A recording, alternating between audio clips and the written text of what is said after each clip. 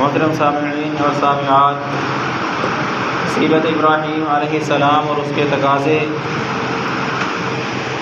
موضوع اختتام کو ہونے کو ہے۔ ہم نے بہت سی باتیں اس میں سیکھی، سمجھی، سیرت ابراہیم علیہ السلام کے تقاضوں کو جانا۔ ابراہیم علیہ السلام کو جب اللہ تعالیٰ نے حکم دیا کہ اماں ہاجرہ کو صحرا کے اندر چھوڑو اور اس کے چھوٹے بیٹے اسماعیل علیہ السلام کو بھی وہاں چھوڑو، تو جب وہ چھوڑ کے آئے وہاں سے واپس پلٹے اور اماں ہاجرہ نے جو ان سے باتیں کی، یہاں پر ہماری بات کا اختتام ہوا تھا سابقہ جمعہ کے اندر۔ جب ابراہیم علیہ السلام پلٹے تو انہوں نے کہا اینا تذهب وتتركنا بهذا الوادي الذي ليس به انیس ولا شيء، کہ آپ ہمیں یہاں چھوڑ کر کہاں جا رہے ہو جس وادی کے اندر نہ کوئی انسان، نہ کوئی چرند پرند، کوئی چیز نہیں ہے۔ تو ابراہیم علیہ السلام خاموش رہے تو اماں ہاجرہ نے پوچھا امرک اللہ بہذا، کیا اللہ نے آپ کو اس کام کا حکم دیا ہے کہ آپ ہمیں یہاں چھوڑ جائیں؟ تو ابراہیم علیہ السلام نے اشارہ کیا تو اماں ہاجرہ نے آگے سے کہا کہ اذن لا ضیعنا، تب اللہ ہمیں ضائع نہیں کرے گا، اللہ ہمیں یہاں کسی مقصد کے لیے لانے کا، رہنے کا حکم دیا ہوگا، ضائع نہیں ہونے دے گا۔ اس پر اختتام ہوا تھا کہ اللہ کا فرمان اور اماں ہاجرہ ایک عورت ذات کا اس کے اوپر یقین، ایمان، مان جانا، انسانیت کے اوپر بھروسہ نہیں ہے، انسانوں کے اوپر بھروسہ نہیں ہے۔ وہاں نہ کوئی انسان، نہ چرند، نہ پرند، کوئی چیز نہیں تھی، نہ کوئی کھانے کو، نہ پینے کو، صرف ایک توکل علی اللہ مضبوط تھا کہ اگر اللہ کا حکم ہے تو ہم سب کچھ چھوڑنے کے لیے تیار ہیں۔ خامد بھی چھوڑ دیا، اس کو بھی اپنے سے دور جانے کے سے نہ روکا، اپنے اہل و عیال سب کچھ چھوڑ دیا، علاقہ چھوڑ دیا، سب کچھ چھوڑ دیا، صرف ایک اللہ کے حکم پہ اس صحرا کے اندر ڈیرے ڈال دیے۔ لیکن ہم کتنے اللہ کے ایسے احکام ہیں، حکم آتا ہے ہم نہیں مانتے، نہیں چھوڑتے اپنی برائیوں کو، اپنی دنیا کے کاموں کو، اور سال کے بعد ایک قربانی ذبح کر کے ہم سمجھتے ہیں کہ ہم سنت ابراہیم پہ ہیں، ہم محمد صلی اللہ علیہ وسلم کی بات کو مان رہے ہیں۔ نہیں واللہ، ہر خطبہ کے آغاز میں یہ آیت پڑھی جاتی ہے اتبع ملت ابراہیم حنیفا۔ محمد صلی اللہ علیہ وسلم کو اس بات کا حکم ملا تھا کہ مکمل ملت ابراہیم کی پیروی کرنی ہے، اس کے ایک ایک پہلو کو، ایک ایک بات کو، ایک ایک فرمان کو سمجھنا ہے، ان کے تقاضوں پہ عمل کرنا ہے، جس میں سے ایک یہ بھی تھا کہ جس طرح اللہ تعالیٰ نے ابراہیم علیہ السلام کو حکم دیا تھا اپنے اہل و عیال سے جدا ہونے کا، اہل و عیال کو صحرا بیابان جگہ میں چھوڑ جانے کا، انہوں نے ایسے کیا تھا۔ ہم نے کتنی قربانیاں دی ہیں، ہم نے کتنی بار اپنے گھر کو چھوڑا، ہم نے کتنی بار اپنے اہل و عیال کو اللہ کے فرمان پہ، ان کو اللہ کے راستے میں نکلنے کا کہا۔ ہم شاید ان کو جمعہ پڑھنے کی اجازت نہیں دیتے آنے کے لیے، بازار میں جانے کی اجازت مانگے، شاپنگ کے لیے جہاں جانے کی اجازت مانگے، ہم کہتے ہیں چلے جاؤ کوئی بات نہیں۔ لیکن اگر عورت کہے میں نے جمعے کے لیے جانا ہے تو ہم کہتے ہیں نہیں، گھر میں رہو، کیا کرنا ہے تم نے سن کے، تم نے کون سا عمل کرنا ہے۔ اس طرح کے بہانے بنا کے ہم ان کو، لیکن یہ ایک ابراہیم علیہ السلام تھے کہ اللہ کا حکم آیا تو صحرا کے اندر اپنے اہل و عیال کو چھوڑ کے آگے، اور اہل و عیال کی تربیت اس بنیاد پر تھی کہ آگے سے اتباع، فرما بردار بیوی ہونے کا پورا ثبوت دیا، چوں چرا نہیں کی، ڈیمانڈ نہیں کی کہ کہاں چھوڑ کے جا رہے ہو، کچھ کھانے کو دیتے جاؤ، کچھ پینے کو دیتے جاؤ، کچھ خرچہ دیتے جاؤ، کچھ جیب خرچ دیتے جاؤ، کچھ نہیں مانگا۔ کہا اگر اللہ کا حکم ہے تو مجھے سب کچھ قبول ہے، پھر میرا رب مجھے ضائع نہیں ہونے دے گا۔ ہمارا اللہ پر ایمان مضبوط نہیں ہے، ایمان کمزور ہے۔ پھر ابراہیم علیہ السلام نے دعا کی اپنے رب سے، ربنا انی اسکنت من ذریتی بواد غیر ذی زرع عند بیتک المحرم، اے اللہ میں اپنے گھر والوں کو، اپنے بچوں کو ایک بے آب و گیا، بیابان جگہ میں چھوڑ آیا ہوں، لیکن یہ ہے کہ ایسی جگہ پہ چھوڑ آیا ہوں عند بیتک المحرم جہاں تیرا حرمت والا گھر ہے۔ اور یہ حرمت والا گھر اس وقت نہیں تھا، آدم علیہ السلام سے لے کر یہ گھر بنا کئی وجوہات کی بنیاد پر، کئی آفت و پریشانیوں کے وقت یہ ڈھہتا رہا، پھر بنتا رہا، پھر ختم ہوتا رہا، پھر بنتا رہا۔ اس وقت یہ نہیں تھا، صحرا تھا، طوفان آتے، زلزلے آتے، سیلاب آتے، اس کو بہا کے لے جاتے، مٹی تلے دبا کے چلے جاتے، لوگ مر جاتے، قوم میں نسلیں مٹ جاتی، وہاں آباد ہونے والی، اس وقت بھی وہ مٹا ہوا تھا لیکن نیچے بنیادیں موجود تھی، اور ابراہیم علیہ السلام کو اس بات کا پتہ تھا۔ دعا کی اللہ سے، یا اللہ بے آب و گیا ضیا صحرا کے اندر چھوڑا جاؤں، کوئی چیز وہاں پر نہیں ہے، لیکن ایک بات وہاں پر ہے، عند بیتک المحرم، تیرا حرمت والا گھر کعبہ بیت اللہ وہ وہاں موجود ہے، اور تیرا حکم تھا کہ میرے گھر کے پاس ان کو چھوڑ کے آ، میں تیرے گھر کے پاس ان کو چھوڑ کے آیا۔ کس کو چھوڑ کے آئے تھے؟ اپنا سب سے زیادہ پسندیدہ لاڈلا بیٹا جو 80 سال کی عمر میں ملا، دعائیں کر کر کے لیا تھا۔ اور ذرا میں بھی اپنے گریبان میں جھانک کر دیکھوں، میں نے کتنے اپنے بیٹوں کو اللہ کے گھر بھیجا، میں نے اپنے کتنے بیٹوں کو دین کی تعلیم دی۔ اگر یہ کہہ دوں تو شاید غلط نہیں ہے کہ ہم گھٹیا دنیا کے لیے بہترین اولاد کو سلیکٹ کرتے ہیں اور اعلیٰ دین کے لیے گھٹیا ترین اولاد کو سلیکٹ کرتے ہیں، جو سکول سے بھاگ گیا، گھر والوں کو تگنی کا ناچ نچانے والا، گلی محلے سے آئے روز پیغامات اعتراضات آنے والے جس کے، اس کو کہتے ہیں یہ مولوی صاحب تم اس کو اپنے حوالے رکھ لو، اس کو قرآن یاد کرواؤ۔ وہ جو ذہین فتین سکول میں اچھا چلنے والا، اس کو ہم اس گھٹیا دنیا کے لیے، دنیا کمانے کے لیے، پیسے کے لیے نہ جانے کون کون سی ڈگریوں کے پیچھے لگا دیتے ہیں۔ لیکن یہ ابراہیم علیہ السلام کی سیرت نہیں ہے۔ ابراہیم علیہ السلام کی سیرت کیا ہے کہ اے اللہ میں اپنی اولاد کو تیرے گھر کے پاس چھوڑ کے آیا ہوں۔ کچھ نہیں تھا وہاں، کوئی دنیا نہیں تھی، دولت نہیں تھی، اناج نہیں تھا، رزق نہیں تھا، کچھ نہیں تھا وہاں پر، لیکن تیرا گھر موجود تھا، حرمت والا گھر موجود تھا، تیرا آرڈر آیا، میں نے بھیج دیا، چھوڑا وہاں پہ، ساری محبتیں قربان کر دی۔ ہماری محبت اس قدر گھر والوں کے ساتھ مضبوط ہے کہ ہم اپنے گھر کو چھوڑ کے مسجد تک نہیں آ سکتے۔ اور ابراہیم علیہ السلام نے کتنا لمبا سفر کر کے فلسطین سے چلے، وہاں سے آ کے عرب کے اندر، صحرا کے اندر اپنے بیوی بچوں کو چھوڑ کر واپس چل دیے، صرف ایک رب کے حکم پہ، اور میں رب کے حکم سے گھر چھوڑ کے مسجد تک نہیں آ سکتا۔ کیا قبول ہوں گی ہماری قربانیاں اللہ کے ہاں؟ فضیلت بہت ہے امت محمدیہ کی، ساری امتوں سے بہترین امت ہے امت محمدیہ۔ جنت میں سب سے پہلے، باقی امتیں پہلے آئی بعد میں جائیں گی، یہ اینڈ پہ آنے والی لاسٹ امت محمدیہ جنت میں سب سے پہلے جائے گی۔ اعمال تھوڑے کریں گے، ثواب زیادہ ملے گا۔ یہ ایوارڈ ہیں اس امت کے، پروٹوکول دیا اس امت کو اللہ تعالیٰ نے، لیکن کیا میں ان خصوصیات میں شامل ہوں؟ کیا مجھے میرا رب قیامت کے دن پروٹوکول دے گا؟ کیا مجھے ان فرشتوں کی صفوں میں کھڑا کیا جائے گا؟ کیا میرے لیے اس روشن ممبر رکھے جائیں گے؟ لوگ سوا نیزے سورج کے اوپر کھڑے ہوں گے، اپنے پسینے میں ڈوبے ہوں گے، امت محمدیہ کے کچھ لوگ روشن ممبروں پہ بیٹھے ہوں گے، صفوں فرشتوں کی صفوں میں کھڑے ہوں گے۔ کیا میرا شمار ان میں سے ہوگا یا میں اس پسینے میں ڈوبا ہوا ہوں گا؟ فضیلتیں تو بہت زیادہ ہیں، لیکن کیا میں نے ان کو پایا کہ نہیں؟ یا میں نے صرف سال کے بعد ایک قربانی کر کے اس میں بھی نہ جانے کیا کیا خرافات کر کے یہ سمجھ لیا کہ میں ملت ابراہیم کے اوپر ہوں، میں محمد صلی اللہ علیہ وسلم کا پیروکار ہوں؟ نہیں، جہاں باقی اللہ تعالیٰ کے احکام ہیں ان کو بھی ماننا ہوگا، ان کی بھی پیروی کرنی ہوگی۔ ایک اللہ کا حکم ابراہیم علیہ السلام کو آئے اور وہ سب کچھ قربان کر دیں، اور مجھے کتنے احکام آتے رہیں اور میں کوئی بھی نہ مانوں، صرف سال کے بعد ایک قربانی کر کے سمجھو میں نے فریضہ ادا کیا۔ رب کعبہ کی قسم، اگر تو تارک نماز ہے، نماز چور ہے، نماز پڑھنے والا نہیں ہے، رب کعبہ کی قسم پورے وثوق سے کہتا ہوں، پورے یقین سے کہتا ہوں، پورے اعتماد سے کہتا ہوں، دلیل سے تجھے بتاتا ہوں کہ تیری قربانی تیرے رب کے ہاں قابل قبول نہیں ہے۔ وہ صرف تجھے سال کے بعد بکرے کا کھانے کا گوشت مل چکا ہے، سال کے بعد تجھے کھانے کا بیل گائے کا اچھا کھانے کا گوشت مل چکا ہے۔ اونٹ کا گوشت کھانے کو تیرا بڑا دل کرتا تھا، تو نے ڈھونڈ ڈھانٹ کے تلاش کر لیا کہ اس سال کے بعد تو کوئی نہ کوئی اونٹ کی قربانی کرے گا نا، مل گیا تجھے بس۔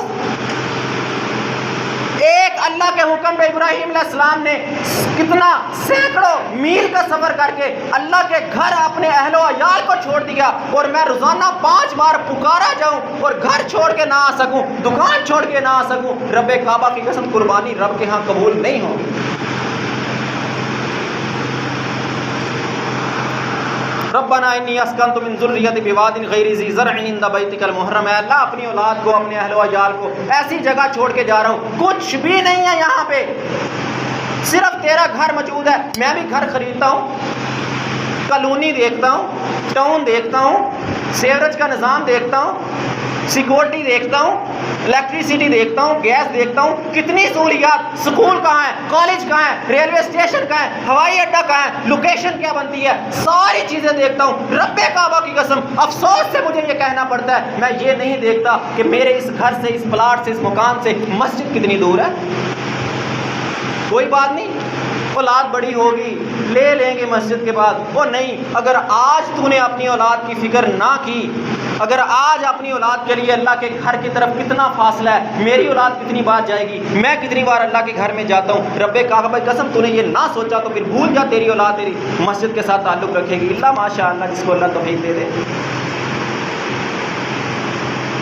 مسجد کے ساتھ تعلق کو دیکھو، میرا گھر کہاں ہے، مسجد کتنی دور ہے، آج میں تو، میرا رب نے مجھے ایمان دیا، ہم تو چلے جاتے ہیں نا، اچھا گمان ہے، یقین ہے ہمیں اپنے بھائیوں کے اوپر، آ جاتے ہیں، اللہ نے ایمان مضبوط دیا، آ جاتے ہیں مسجد، لیکن آنے والی نسل کا تمہیں کیا اعتماد ہے کہ تمہارے گھر کے قریب مسجد نہیں ہے، تمہارا گھر مسجد کے قریب نہیں ہے، تمہیں اللہ نے مضبوط ایمان دیا ہے، تم چل کے آ جاتے ہو، دور ہونے کے باوجود پہنچ جاتے ہو، کیا تمہاری اولادیں پہنچیں گی؟ وہ مسجد آ سکیں گی؟ کوئی اعتبار نہیں ہے، کوئی یقین نہیں ہے ہمیں، تو کیوں نہ پھر سیرت ابراہیم علیہ السلام پہ عمل کرتے ہوئے، ساری چیزوں کی قربانی دیتے ہوئے، یا اپنا گھر مسجد کے قریب لے کے آؤ، یا اپنے گھر کے قریب جمع ہو جاؤ، اپنے علاقے والوں کو جمع کر کے ایک پلاٹ منتخب کرو، اپنے گھر کے قریب مسجد کا اہتمام کرو، اللہ کا گھر بناؤ تاکہ ہماری اولادیں مسجد کے ساتھ اٹیچ ہو سکیں، گھروں کے اندر قید ہو کے نہ رہ جائیں، نمازیں گھروں کے اندر پڑھنے پر پابند نہ ہو جائیں، ان کو پتہ ہو کہ ہمارا تعلق اللہ کے ساتھ ہے، وہاں سے آواز آتی ہے، ہم نے وہاں حاضری دینے کے لیے جانا ہے۔ کیوں چھوڑا تھا ابراہیم علیہ السلام نے؟ ربنا لیقیموا الصلاۃ فاجعل افئدۃ من الناس تهوی الیہم وارزقهم الیہ من الثمرات لعلهم یشکرون۔ اے اللہ میں بیابان جگہ پہ چھوڑ کے آ رہا ہوں، تیرے گھر کے پاس چھوڑ کے آ رہا ہوں، مجھے دنیا نہیں چاہیے۔ کیوں، کس لیے چھوڑ کے آ رہا ہوں؟ ربنا لیقیموا الصلاۃ، اے اللہ تاکہ یہ نماز کو قائم کر لیں۔ ابھی چھوٹا بچہ ہے، دودھ پیتا بچہ ہے، فکر کس بات کی ہے کہ میرا بیٹا اللہ کا فرما بردار بنے، میرا بیٹا نماز قائم کرنے والا بنے۔ ہم کہتے ہیں بچہ سمجھ جائے گا، اب تو بچپن کی عمر ہے نا، بڑا ہوگا تو سمجھ جائے گا۔ کیا ابراہیم علیہ السلام نے اسماعیل علیہ السلام کے بڑے ہونے کا انتظار کیا تھا؟ اس کا اللہ کے ساتھ تعلق، مسجد کے ساتھ اٹیچ ہونا، اس کو نماز کے ساتھ ترغیب، یہ ساری باتیں بڑے ہونے پر سکھلانا شروع کی تھی۔ بچپن میں اس کو جب اللہ کا حکم آیا، اسی وقت کہا کہ یا اللہ تیرے حکم پہ تیرے گھر کے پاس چھوڑ کے جا رہا ہوں، صحرا میں چھوڑ کے جا رہا ہوں۔ کیوں؟ لیقیموا الصلاۃ، تاکہ یہ اور اس کی آنے والی ساری نسل نماز کی پابند ہو جائے، نماز پڑھنے والی بن جائے۔ ہماری اولادیں کتنی نماز پڑھتی ہیں؟ ہم نے ان کو کتنی نماز سکھائی ہے؟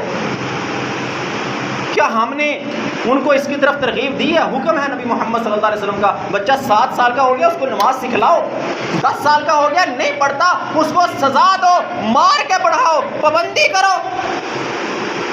کتنے 7 سال سے باغ لڑکے ہیں، بچے ہیں، بچیاں ہیں، ان کو نماز نہیں آتی، نماز کا طریقہ نہیں آتا، طہارت کا پتہ نہیں ہے، نماز کے آداب کا پتہ نہیں ہے۔ کتنے 10 سال کے بچے ہیں یا اس سے زیادہ ہیں، بلوغت سے بھی چھوٹے ہیں، 10 سال کے بچے ہیں، نمازیں نہیں پڑھتے، والدین کو کوئی پرواہ نہیں ہے، کوئی فکر نہیں ہے۔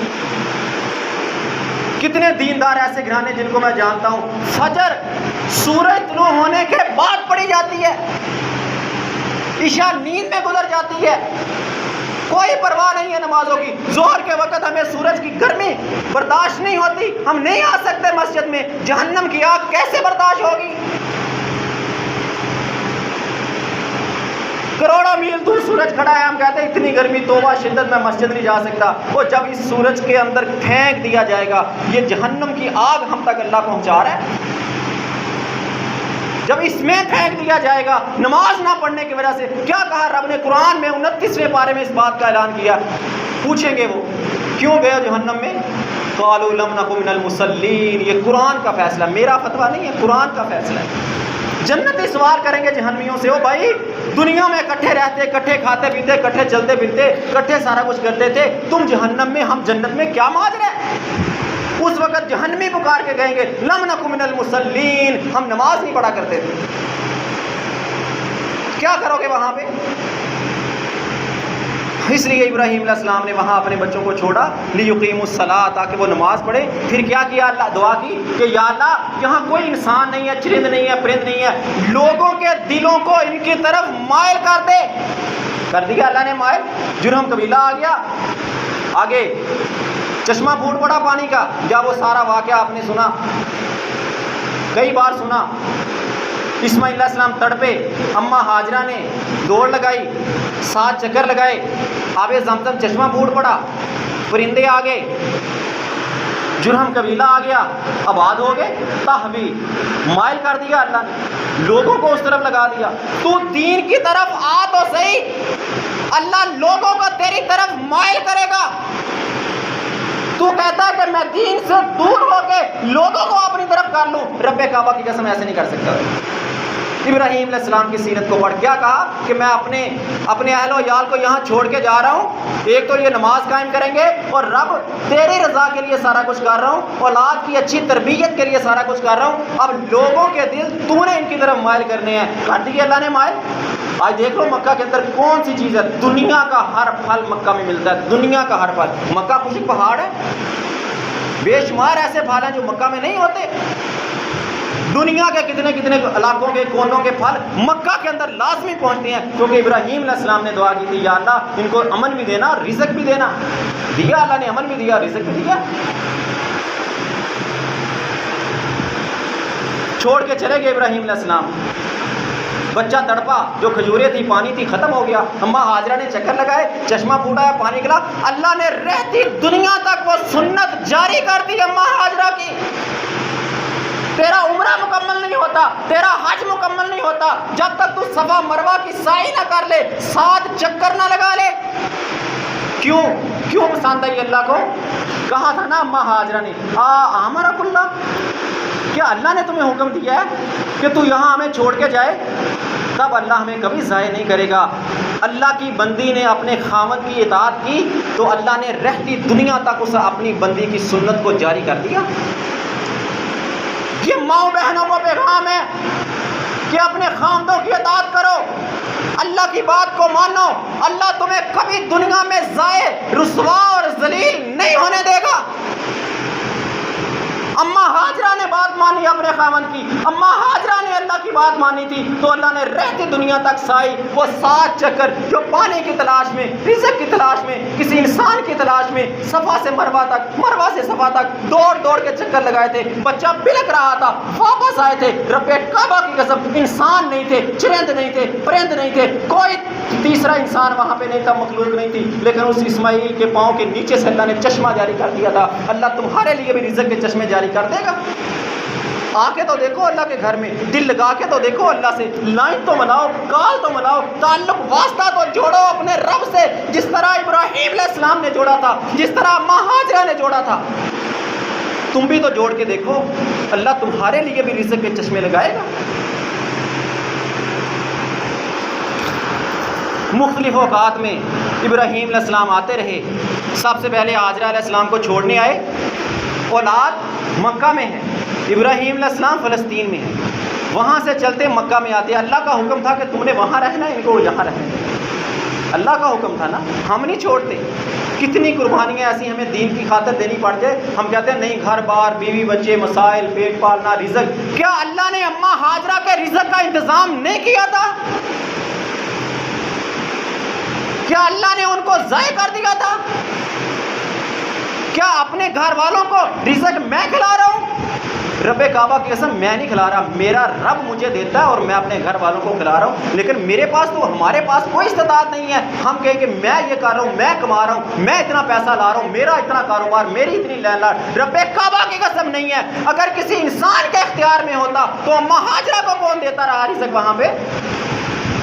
ابراہیم علیہ السلام فلسطین میں ہیں، اما ہاجرہ مکہ کے اندر بیٹھی ہیں، چھوٹا بچہ اسماعیل دودھ پیتا بچہ موجود ہے۔ ابراہیم علیہ السلام کے ٹوٹل 5 چکر لگے ہیں پوری زندگی میں، 5 چکر فلسطین سے مکہ تک، کہاں سے کھاتے رہے اما ہاجرہ اور اسماعیل علیہ السلام؟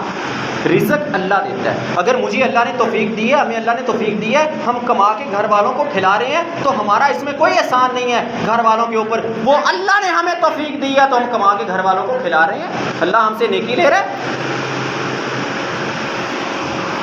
5 چکر ابراہیم علیہ السلام کے لگے۔ سب سے پہلے ہاجرہ علیہ السلام کو چھوڑنے آئے۔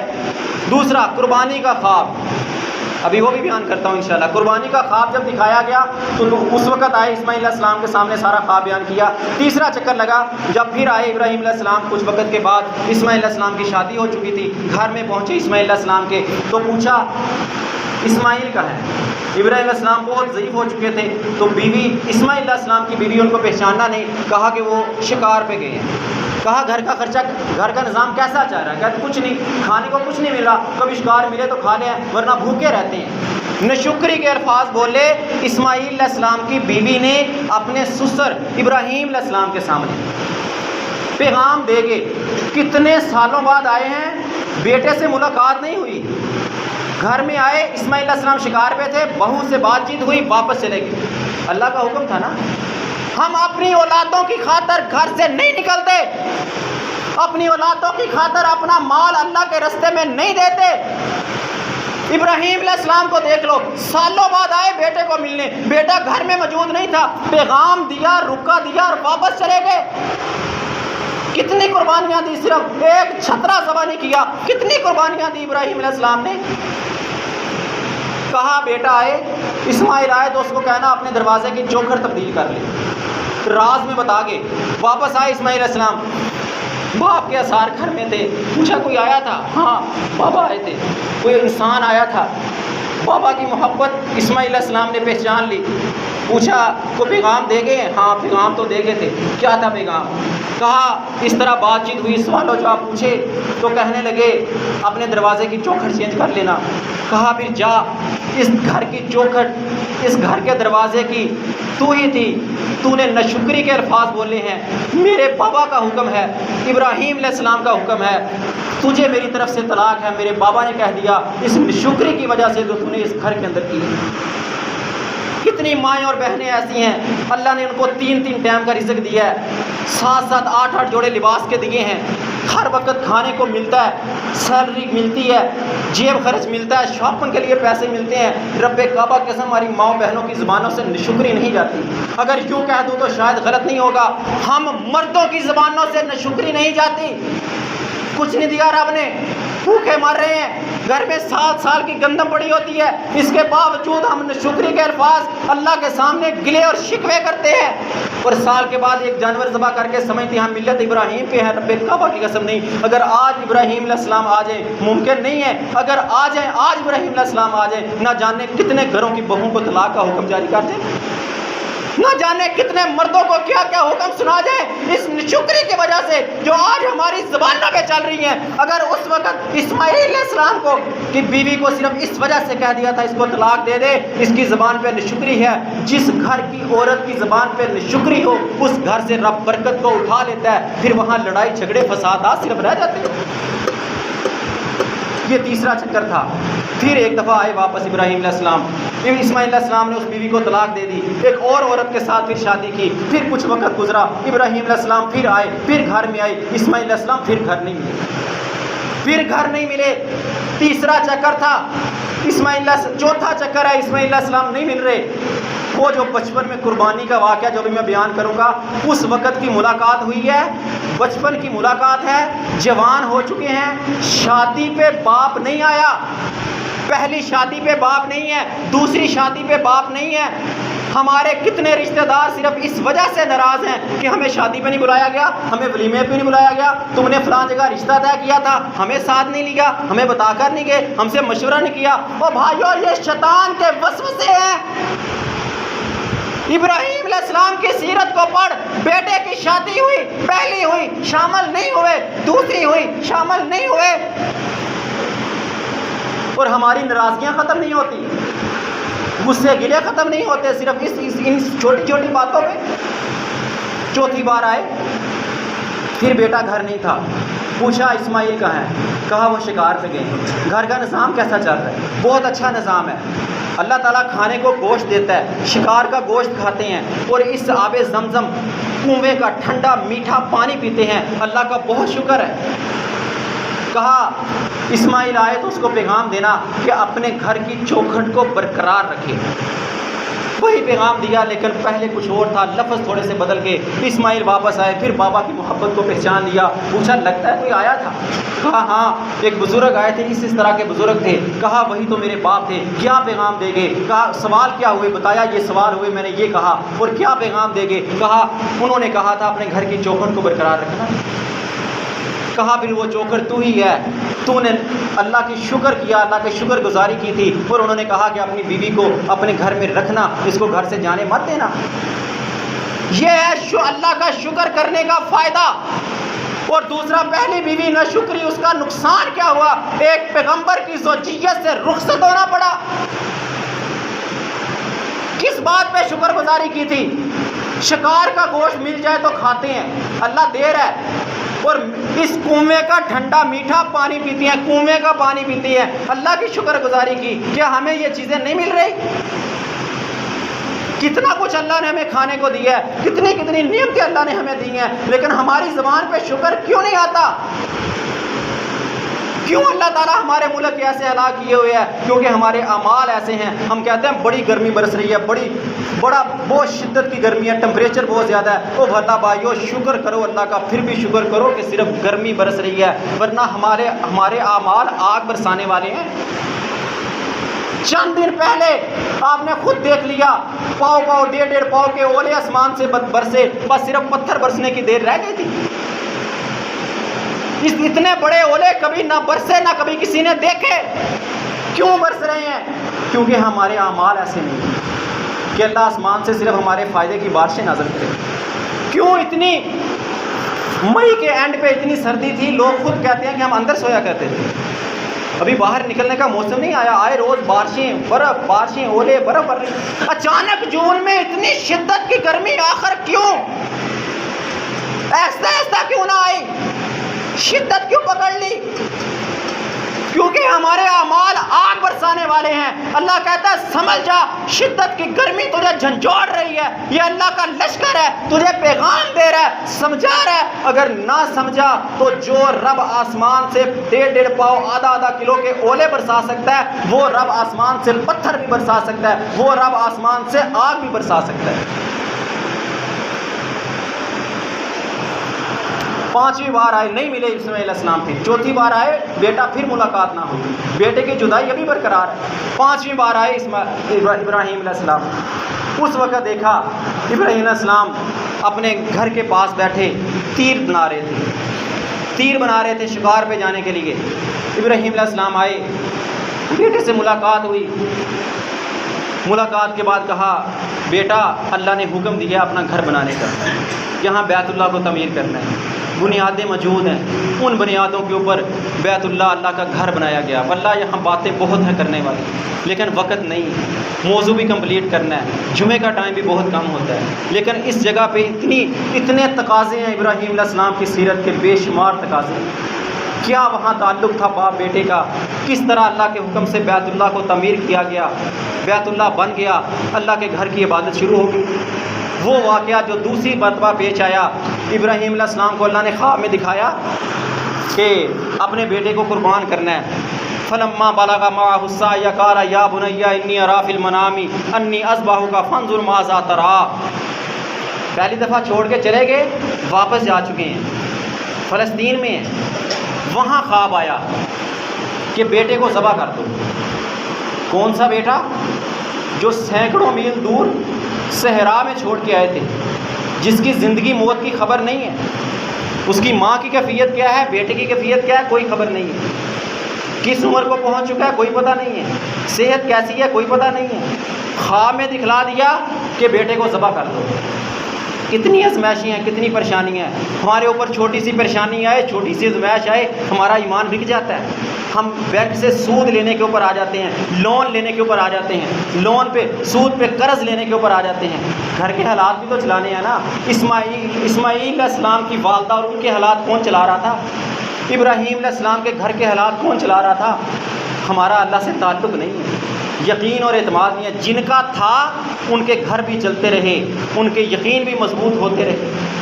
خواب میں دکھلایا گیا بیٹے کو ذبح کر دو، چل پڑے، وہاں سے پہنچ گئے مکہ کے اندر، آگے بیٹے کے پاس پہنچے، بیٹا مجھے خواب میں دکھلایا گیا انی اذبحک کہ میں تجھے ذبح کر رہا ہوں، فانظر ماذا تری، تیرا کیا خیال ہے اس کے بارے میں؟ یہاں ایک بات سمجھنے والی ہے، صرف اشارہ کرتا جاؤں گا، وقت بہت کم ہے۔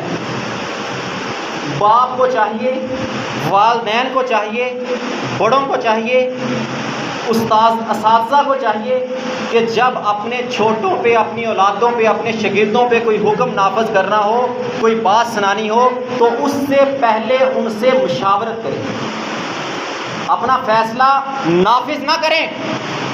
جیسے ابراہیم علیہ السلام نے آ کے کہا، اللہ نے خواب میں دکھلا دیا، کرنا تو تھا، ذبح کا حکم تھا، ذبح کرنا تھا، اسماعیل نہ مانتے پھر بھی ذبح کرنا تھا، لیکن آ کے بیٹے سے مشورہ کیا، بیٹا میں نے خواب میں دیکھا ہے کہ میں تجھے ذبح کر رہا ہوں، ماذا تری، تیرا کیا مشورہ ہے، تیرا کیا خیال ہے، کیا میں ذبح کر دوں، کیا تو ذبح ہونے کے لیے تیار ہے؟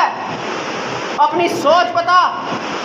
ہم اپنی اولاد کی سوچ نہیں سمجھتے، ان کا مائنڈ کیا ہے، ان کا ذہن کس طرف چلتا ہے، ہم یہ چیک نہیں کرتے۔ بس بیٹا تو نے ڈاکٹر بننا ہے، بن ڈاکٹر، بن ڈاکٹر، بیٹا تو نے انجینئر بننا ہے، بن انجینئر، بیٹا تم نے بزنس کرنا ہے، کر بزنس۔ اور کبھی بیٹے کا ذہن تو چیک کر، وہ بننا کیا چاہتا ہے، وہ کرنا کیا چاہتا ہے۔ کبھی اس سے مشاورت تو کر، بیٹا اگر یوں کر دوں تو تیرا کیا خیال ہے، بیٹا اگر ایسا ہو جائے تو کیا خیال ہے، اگر ہم یوں کر لیں تو کیا خیال ہے۔ ہم بطور باپ، بطور بڑے بھائی، بطور بوس، بطور اساتذہ اپنے چھوٹوں پہ حکم نافذ کرتے ہیں، یوں کرو، ایسے کر، ایسے کرنا پڑے گا، ایسے ہوگا۔ اور رب کعبہ کی قسم اس طرح بچے چیچڑے بن جاتے ہیں، والدین کی اطاعت نہیں، نافرمانی پہ اتر آتے ہیں۔ یہ ہے سیرت ابراہیم جو ہمیں بتاتی ہے کہ جب کوئی کام کرنا ہو، گھر کا کام ہو، باہر کا کام ہو، اپنی اولاد کو مشاورت میں لے کے آؤ۔ ماذا تری، بیٹا تیرا کیا خیال ہے، تو کیا کہنا چاہتا ہے اس کے بارے میں؟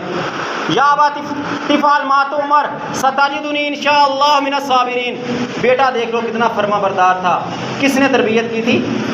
ابراہیم علیہ السلام تو چھوڑ گئے تھے جب دودھ پی رہا تھا، دودھ پینے کی عمر تھی جب ابراہیم علیہ السلام چھوڑ کے گئے ہیں۔ ماں کے پاس بیٹا تھا، جرہم غیر قبیلہ، کسی اور قبیلے کا جرہم قبیلہ آباد تھا، اور وہاں ابراہیم علیہ السلام کی پرورش ہو رہی ہے۔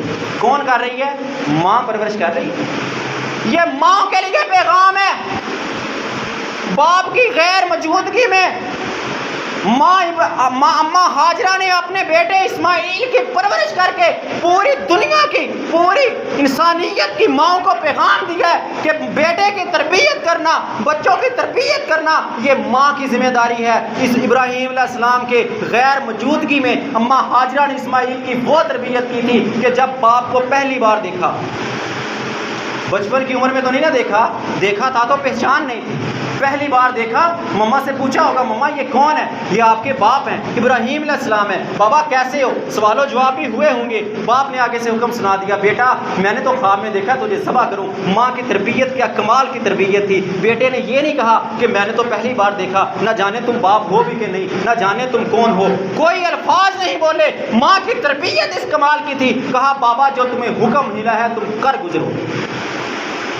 یہ ہے ماؤں کی تربیت۔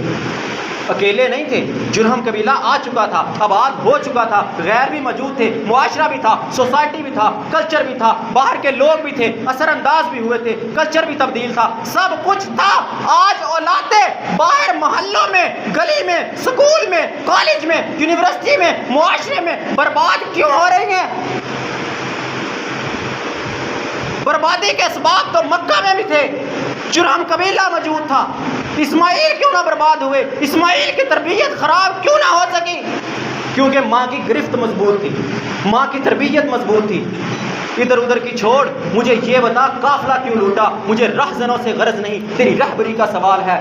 تجھے رب نے وارث بنایا تھا اولاد کا، تجھے رب نے لیڈر بنایا تھا، تجھے کہا تھا اپنی اولاد کی تربیت کرنی ہے، تو کہتا ہے معاشرہ، دوست یار بیلی، سکول والے، کالج والے اس پہ اثر انداز ہو گئے۔ مجھے رہزنوں سے غرض نہیں، تیری راہبری کا سوال ہے۔ راہزن آتے ہیں، ڈاکو پڑتے ہیں، اثر انداز ہوتے ہیں، کلچر اثر انداز ہوتے ہیں، معاشرہ بدلتا ہے، فائر بھی لگتے ہیں، سارا کچھ ہوتا ہے، لیکن جب لیڈر اچھا ہو، تربیت کرنے والا اماں ہاجرہ کی طرح ہو، تو پھر جو مرضی رستے میں آ جائے اولاد کی تربیت فرق نہیں آ سکتا۔ بنا باپ کو دیکھے پہلی ملاقات پہ کہا جا سکتا ہے بابا جو حکم ملا کر ضرور گزریے، مجھے کوئی پرواہ نہیں ہے اس کی۔ لٹا لیا بیٹے کو، ذبح کرنے کے لیے ذبح کرنے لگے۔ فلما اسلم وتلہ للجبین ونادیناہ یا ابراہیم قد صدقت الرؤیا انا کذلک نجزی المحسنین ان ھذا لہو البلاء المبین۔ بیٹے کو لٹا لیا، باپ ذبح کرنے لگا، بیٹا ذبح ہونے کے لیے تیار ہے۔ اگر یوں کہہ دوں تو رب کعبہ کی قسم غلط نہیں ہوگا، باپ نے ذبح کر دیا، بیٹا ذبح ہو گیا۔ لیکن اللہ کو کچھ اور منظور تھا۔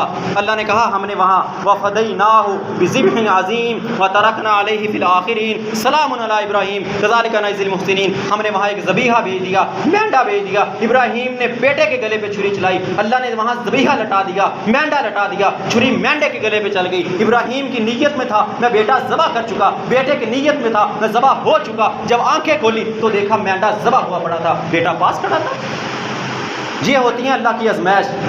اگر تم آزمائشوں میں کامیاب ہونا چاہتے ہو تو سونے کی طرح بھٹی میں پگھلنا پڑے گا، گرم ہونا پڑے گا۔ سونا کسی کے گلے کا زیور بنتا ہے تو اس سے پہلے بھٹی میں پگھلنا پڑتا ہے، آگ سے گزرنا پڑتا ہے، تپنا پڑنا ہے، چوٹیں برداشت کرنی پڑتی ہیں، سنہار کی ضربیں لگتی ہیں، پھر جا کے سونا بنتا ہے، پھر زیور بنتا ہے، پھر حسینہ کے گلے کا زیور بنتا ہے، پھر جا کے اس کو وہ لاکھوں کی قیمت کا ہوتا ہے۔ اگر چاہتے ہو رب تمہیں بھی کامیاب کرے، دنیا بھی کامیاب ہو، آخرت بھی کامیاب ہو، رہتی دنیا تک دین میں تمہارا ایک نام رہے، لوگ تمہیں دین سے یاد کرنے والے ہوں، دنیا میں بھی یاد کریں، آخرت میں رب تجھے روشن ممبر کے اوپر بٹھائے، تو پھر یاد رکھو تپتے صحراؤں سے گزرنا پڑے گا، بھوکوں کو برداشت کرنا پڑے گا، مارے کھانی پڑیں گی، اولاد کی تربیت معاشرے سے نکال کے صحیح منہج کے اوپر، دین کے اوپر کرنی پڑے گی۔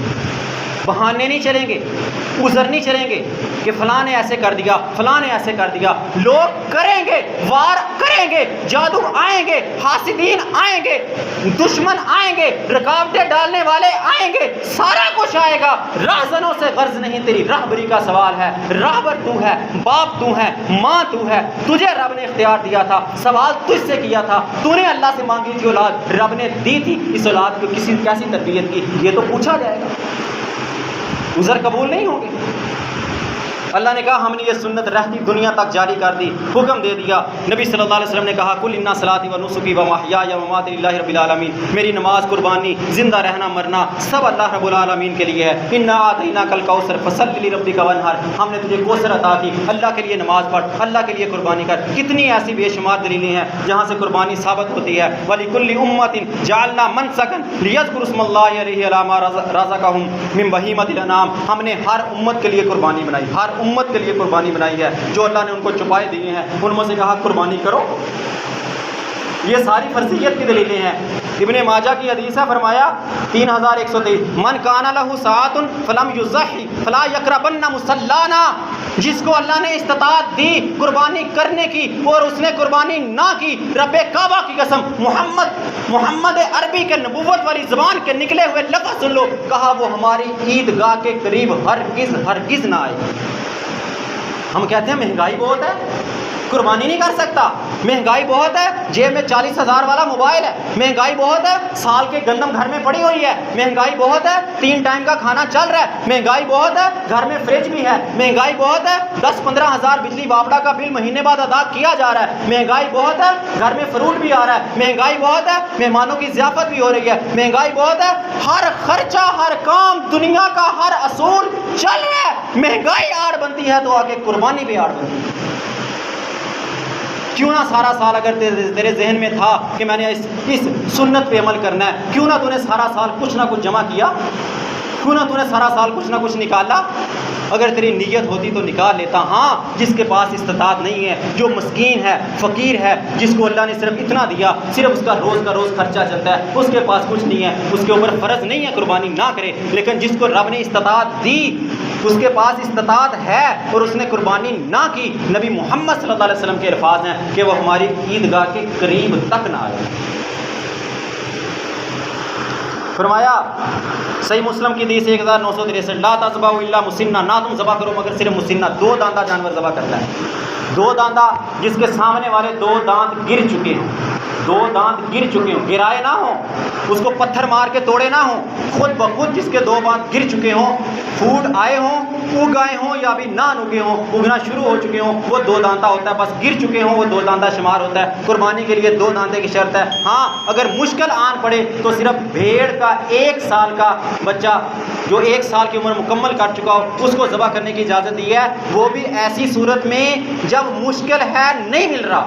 لیکن آج کل تو میرے خیال میں مشکل نہیں ہے، منڈیاں کی منڈیاں بڑھی ہوئی ہیں، گھروں کے اندر فارم موجود ہیں، جانور موجود ہیں، جہاں کہیں سے بھی مل سکتے ہیں۔ اگر اس کے باوجود کہیں سے نہ ملے تو اتنی رخصت موجود ہے کہ بھیڑ کا 1 سال کا ذبح کیا جا سکتا ہے لاسٹ صورت کے اندر۔ جامع ترمذی کی حدیث ہے، فرمایا لا تذبحوا فی الاضاحی، اپنی قربانی کے اندر ایسا جانور ذبح نہ کرو جو لنگڑا ہو، جس کی ٹانگ خراب ہو، جو بیمار ہو وہ بھی ذبح نہ کرو، جس کی آنکھ خراب ہو، کانا ہو، اس کو بھی ذبح نہ کرو، لاغر بالکل بوڑھا ہڈیوں سے میں ختم ہو چکی ہے وہ بھی ذبح نہ کرو، اور جس کا کان کٹا ہو، کان کا نقص ہے اس کو ذبح نہ کرو۔ یہ عیب جس جانور کے اندر ہو اس کو ذبح نہ کرو۔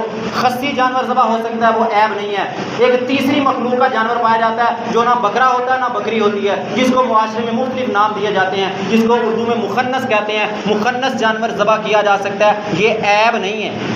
قربانی کے عیبوں میں یہ عیب نہیں ہے، وہ ذبح کیا جا سکتا ہے، قربانی پہ لگ سکتا ہے، اگر باقی عیب نہیں ہے۔ صحیح مسلم کی فرمایا من کان له ذبح یذبح فاذا احل حلال ذی الحجہ فلا یاخذ من شعره ولا من اظفاره، جو بندہ قربانی کا ارادہ رکھتا ہے، قربانی کرنا چاہتا ہے، وہ ذی الحجہ کا چاند دیکھنے کے بعد اپنے جسم کے بال اور ناخن نہ کاٹے یہاں تک کہ قربانی ذبح کر لے۔ قربانی ذبح کرنے کے بعد پھر وہ اپنے جسم کے بال بھی کاٹ سکتا ہے، مکمل بال، سر کے بال، مونچھوں کے بال، بغلوں کے بال، زیر ناف کوئی بال نہیں، گھر کے سارے افراد، گھر میں جو قربانی ہوتی ہے وہ پورے گھر کی طرف سے ہوتی ہے، بچوں سے لے کر بڑے، عورتیں سب شامل ہیں، چاند دیکھنے سے لے کر قربانی کرنے تک پورے گھر کے افراد نہ جسم کے بال کٹوا سکتے ہیں اور نہ ناخن کٹوا سکتے ہیں۔ اور ہمارے معاشرے میں کتنے ایسے ہوں گے جو عید سے 1 دن پہلے داڑھی مونڈیں گے اور اگلے دن قربانی کریں گے، سراسر نبی محمد صلی اللہ علیہ وسلم کے حکم کی نافرمانی کریں گے، منع ہے بال کاٹنا۔ اور ادھر یا پھر ایسے کریں گے، قربانی کا جانور ذبح ہوگا اور سیدھے حمام میں پہنچ جائیں گے، سیدھے سیفٹی پکڑ کے بیٹھ جائیں گے داڑھی مونڈنے کے لیے، ادھر قربانی پہ سنت کر رہا ہے اور ادھر نبی صلی اللہ علیہ وسلم کے حکم کی نافرمانی کر رہا ہے۔ یہ حالت ہے ہماری، پھر ہم کہتے ہیں عذاب کیوں آتے ہیں اللہ کے۔ آخری بات بھائیو، یہ جو دن گزر رہے ہیں انتہائی فضیلت کے دن ہیں۔ 10 دن پہلے انتہائی فضیلت کے دن ہے، نبی صلی اللہ علیہ وسلم نے کہا کہ سال کے پورے دنوں میں سب سے افضل ترین دن ذو الحجہ کے پہلے 10 دن ہیں۔ مہینوں کے اعتبار سے رمضان کا مہینہ سب سے افضل ہے، راتوں کے اعتبار سے لیلۃ القدر سب سے افضل ہے، اور عشرہ 10 دنوں کے اعتبار سے ذو الحجہ کے پہلے 10 دن یہ سب سے افضل ترین دن ہے۔